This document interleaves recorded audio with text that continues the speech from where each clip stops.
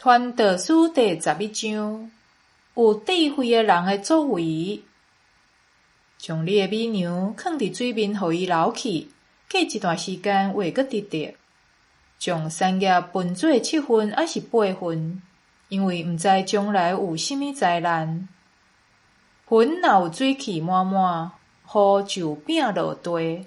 树若倒向南还是向北，倒伫甚物所在就定定伫遐。看风势的人袂去夜整，观察天色的人袂去收割。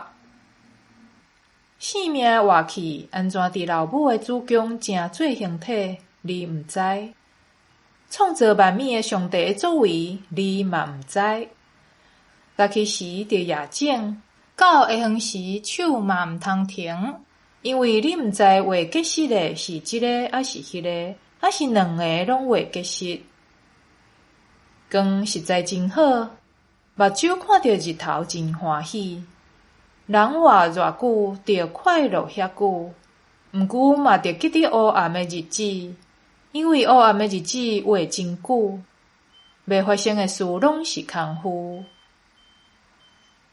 对少年人的劝告：少年人啊，着伫年轻的时欢喜快乐，伫少年的日照心所意爱，目睭所看见的去做。